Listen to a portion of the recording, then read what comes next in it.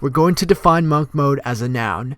It's the state of relentless self-improvement and self-centered focus, often to the point of seclusion for an extended period of time. In layman's terms, it's about taking the time to stop being a directionless fucking loser and start building discipline. The climb from the bottom to the top of the sexual marketplace is arduous, but the red pill is about acknowledging reality. If you're of the consensus that the red pill is strictly about sexual strategy, then look at it through this lens. Being a loser is a terrible sexual strategy. You need to become a man worth a shit before girls or people in general start giving a fuck about you.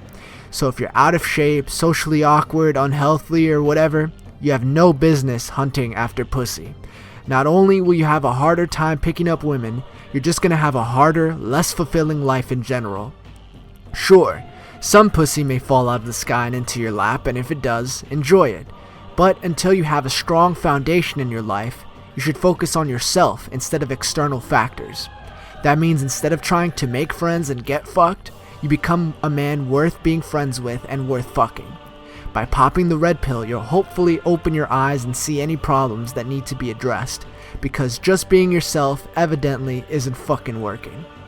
The red pill metaphor is about accepting reality, and through this acceptance, it evolves into an ability to shape our own reality. Control of our reality is accomplished in part by entering monk mode. The basic principles of monk mode are as follows: the dichotomy of success, the tricotomy of actions, the balancing act, and building strengths while minimizing weaknesses. Concept 1. The dichotomy of success. Your success is built upon two actions: doing things that make you successful and avoiding things that make you unsuccessful. The sub-dichotomy within this dichotomy is understanding the paths to being unsuccessful. One path is that of destructive action. The other is that of apathetic inaction, and I'll illustrate this using extremes. It's pretty obvious that being a fucking meth addict will lead you to being unsuccessful, and it's a destructive action. Find me a functioning, in-shape meth addict with healthy relationships and produces valuable content. You fucking won't, okay? Meth addicts are continuously spending time and money on consuming a product that prevents them from producing anything valuable and in turn leeches value from their own life. The other path of being unsuccessful is that of apathetic inaction. This is the guy who spends all day playing Call of Duty and chatting on Facebook. And sure, he hasn't pressed the self-destruct button on his life, but he's still a shitty captain because instead of steering his life toward long-term fulfillment and success, he has chosen to put his ship on idle and let himself drift aimlessly through a life of short-term pleasures as he remains inebriated by distractions. Many things in our lives are just distractions. This includes social media, television, mindless YouTube videos, video games, and trivia. All of those are perfect ways to waste away your life. They give you little to no value and are easily addictive. So in order to begin to let success flourish, one must eliminate or at least greatly reduce mindless, consumptive activities. And sure, it sounds simple, but think about how many people come home after school or work and plop themselves in front of their Xbox, open up a bag of chips, and spend 8 hours cursing at kids over Call of Duty with a couple of masturbation breaks slipped in between.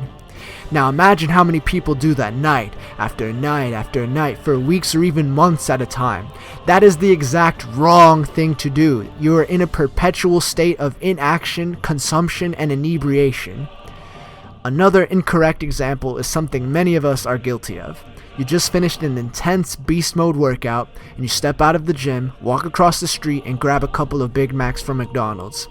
In this situation, you may have did something to make you successful, but you failed at avoiding that which makes you unsuccessful, essentially negating your progress. Another quick example would be the fat lady who thinks she's on a diet because she only eats salads, but she drinks a Diet Coke every single hour on the hour. You won't build a healthy body fortress or healthy mind by binging on McDonald's. The best outcome possible in the dichotomy of success will look something like this. Instead of smoking crack, you go and get a job. And then after you get home from work, you head into the gym instead of playing Halo.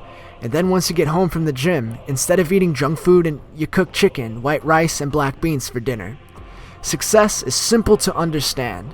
Half of your success comes from engaging in activities that foster success, and the other half comes from avoiding activities that leads to being unsuccessful. A deeper look into success would be seeing it as a trichotomy of actions that consists of consumptions, investments, and productions. The trichotomy is a nuanced subject, but the overall idea is easy to understand. Concept 2. The trichotomy of actions. Every action you take can fall under one of three categories. The first category is known as consumptions, which consume your time yet add little to no value to your life. We've already covered them, but I'll say them again. Video games, social media, television, basic examples. The second category of actions one can take are known as investments, which are by nature consumptive actions that do not directly produce anything, but result in long-term benefit. Lifting weights is a perfect example of an investment. You aren't directly producing anything, there aren't any immediate tangible results in doing it, and you consume time, or as I like to see it, invest time in doing the action. However, there is an undeniable long-term benefit. Other examples of investments are learning a new language, learning to play songs on an instrument, or learning a martial art. All of these activities involve consuming knowledge without directly producing anything, but still result in a long-term benefit. The final category of actions are known as productions, which are actions that result in the creation of a product that has value. So examples of productions would be writing a book or a few pages in that book, to making a film, creating a painting, penning an essay, creating your own song, and much more. That just about covers the first two basic aspects of monk mode. And here's a quick rundown on the first two concepts. The dichotomy of success. It states that your success is built upon two actions: doing things that make you successful and avoiding things that make you unsuccessful. One path to being unsuccessful is that of destructive action. The other path is that of apathetic inaction. The trichotomy of actions. It states that there are three categories your actions may fall under, which are consumptions, investments, and improvements. TLDR, quit wasting your fucking time, nigga. You shouldn't be hunting for pussy if you're a depressed mess. Instead of running down the hill to fuck one bitch, walk down the hill to fuck them all. Tune in to the next video for the last two fundamentals, live victoriously, and don't forget to subscribe.